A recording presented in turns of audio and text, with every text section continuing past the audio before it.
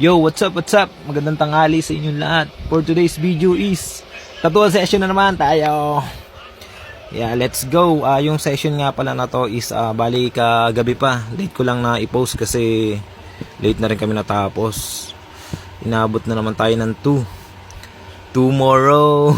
Yung client pala natin is fresh from USA pa yan. Tropa yan ng pinsan natin na si Richard Chodoro. Maraming salamat San sa pag-repair ng client. Napakalupit ng tropa mo, napaka-solid. Bali yung session pala na to is na-move.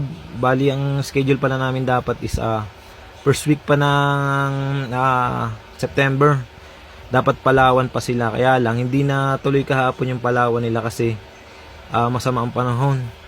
Wala atang biyahe. Kaya para masulit yung bakasyon ni Brother Felix, nag-decide siya na unahin na yung tattoo session muna bago magpalawan sila. Kaya let's go, andito na tayo sa condo ni Bro Felix. Yan, kasama natin si napakalupit na Ricardo Chodoro. Wala kang katulad sana yan, kita mo? Kaya ba ng iba yan? Shoutout. Ingat nga pala kayo ngayon San, at saka Bro Felix, tsaka sa family mo. Palawan na kayo ngayon. Ingat sa biyahe, tsaka ingat din sa sa flight nyo pa balik ng US sa first week ng September. Nice meeting you sir. Sobrang napakabait mo.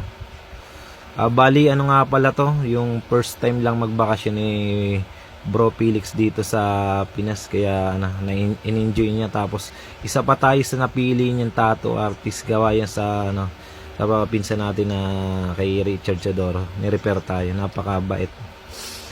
Sobrang wala akong masabi dito talaga kay sir. Down to earth lagi to, humble.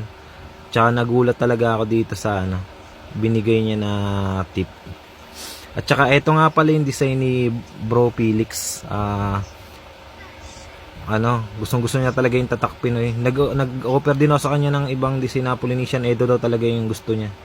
Tag dito. Araw tsaka sari manok, talagang tatak Pinoy. Tsaka saludo din ako sa tibay na ito ni Brother Felix. Kahit inabot na kami ng alas 3 ata natapos to. Puyat pero pilit pa rin yung tinapos. Next time na lang yung enhance natin pagbalik mo bro. Maraming salamat talaga.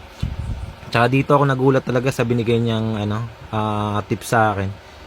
Kasi yung presyo ko dito is talagang hindi namang presyong tama lang, presyong tropa, pero grabe yung binigay niyang tip, sobra talaga, doble. Saludo talaga ako sa iyo bro. Sobrang salamat. Ingat lagi. Thank you. Bye-bye.